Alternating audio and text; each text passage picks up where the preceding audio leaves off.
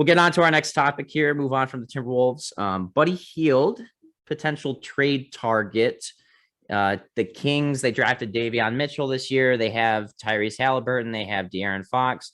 They're really strong at guard. They have a bust at Marvin Bagley at the 4. Ideally, they need to get better at the 4 or 5. Is there someone they can trade? Or is there a team they can trade with Buddy Hield to get a big man back potentially? Oh yeah. So I got to trade with both of them in it, and then I got to trade for both of them separately. So obviously Hield no longer fits in the timeline, especially with Halliburton and Mitchell, like you just said. He's a decent on-ball defender. I mean, he's not a good defender by any means. Gives up way too easy. He's not a smart defender. He gives into too many jump fakes, pump fakes, commits way too soon on all of them. But you get instant shooting. I mean, he takes 10 3-pointers a game at 39%. But he's also not the best playmaker, so he can't be a starting point guard for you. And Bagley hasn't improved in the roster over 3 years. Very athletic scorer, but he's not the best shooter. But he's a willing scorer. Or no, he's not the best shooter or a willing shooter, but he is a willing scorer. He just doesn't want to shoot it. He's not a smart defender either, but it's his motor and effort that keep him in the lineup today. He wants to be better. I just don't think that's going to be in Sacramento. However, so I have one. This one's a little spicy. It's Sacramento Kings get Kristaps Porzingis, and the Mavericks get Buddy Hield and Marvin Bagley, and maybe 2 seconds, I think is what I had. It is spicy. That's certainly building off. That's the Kings in a desperate move. Be like, hey, give us a star. Like we need a center, we need a power forward. Like we'll take them 50 cents on the dollar. And that's the Mavs being like, no one wants Kristaps. We're gonna get someone that can produce right now and somebody that could produce later on. Yeah, I like the trade for both teams. Porzingis on the Kings would be interesting. I mean, obviously they could use a lot of shooting at the 4 or 5, so bringing in Porzingis would help them a lot in that regard. And for the Mavs, I mean, they need more shooting at their guard positions. They need guys who can get out in transition and keep things a little faster. I don't know if they want the reclamation project of Marvin Bagley, but maybe they do. I mean, they could use another big. So yeah, for sure. I mean, they always have Kleber to fall back on. I mean, you produce or you don't.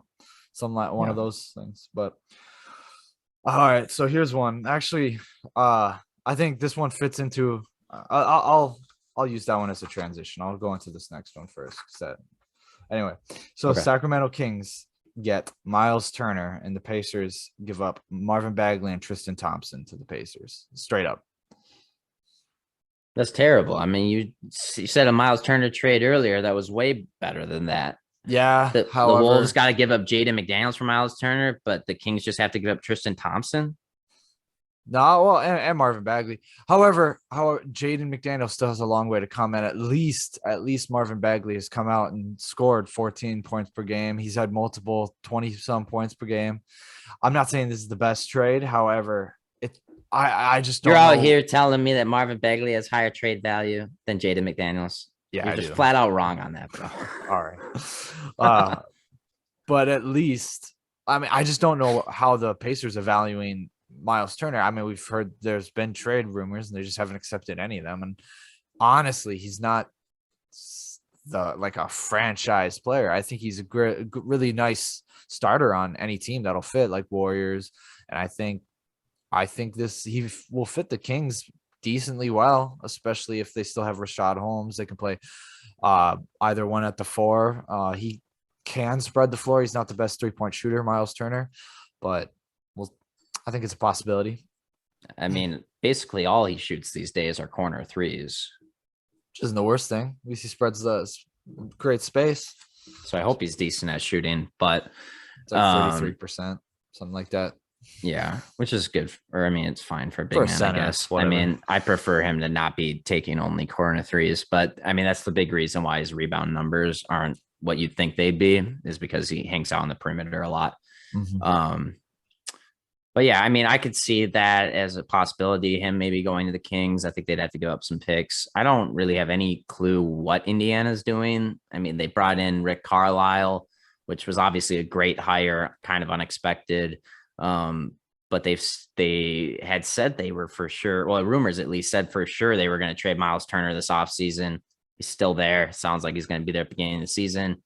They were able to bring in Karis LeVert by dumping off Oladipo. That was awesome last year. And I'm expecting a big season out of Karis this year.